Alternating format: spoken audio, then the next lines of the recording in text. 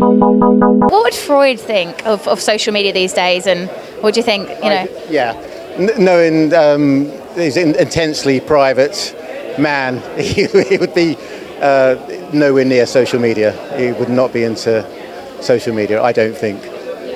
So why is now the right time to tell this story, do you think? Well, I think there is a sort of a taste out there for some of the recent past, some of the recent history. I think London in the late 90s, early noughties, incredibly exciting place. It was just I was there, experiencing it myself as a young sort of fashion film art bunny, living off canapes, running from party to party. East London was just starting up or just bustling. It was a great time. Perhaps it's a bit of a love letter to that time and place. Perhaps it's like, this is my experience and Kate's experience and Lucian's experience in this amazing part of the world at this period of time. I mean, I don't think you could recreate that.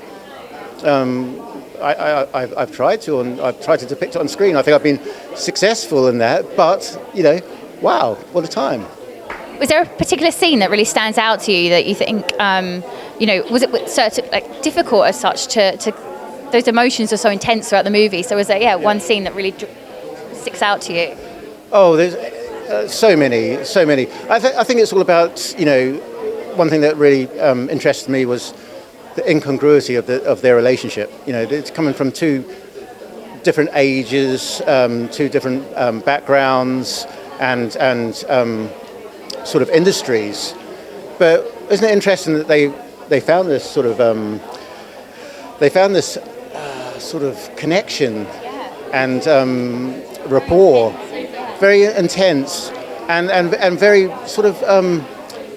I'd like to think an audience will be able to understand it or empathise with it to an extent, that the connection at least. We don't. We're all human after all, and you never know where you're going to find, someone that chimes with you, that resonates with you, that you feel akin to. And I think that's a really interesting and fertile ground to explore. Absolutely. Was there anything about Kate's life that you discovered throughout this process that you kind of surprised you? Yes. I mean, the whole journey has been a journey of discovery. It almost sounds stating the obvious, but the real Kate is quite different from perhaps the one that you see on the cover of a Vogue magazine, right? So getting to know her, I was just always very pleasantly surprised, by her intelligence, her quick wit, her charisma. She is that type of person that does walk into a room and she lights the room up. She just does. She's a very intriguing person, and that's one of the reasons I wanted to make this film, because she intrigued me, probably much like she intrigued Lucian Freud, Absolutely. Yeah. And finally, what's next for you after this? I'm somewhere into my next movie, a film called Losing Possession. It's about a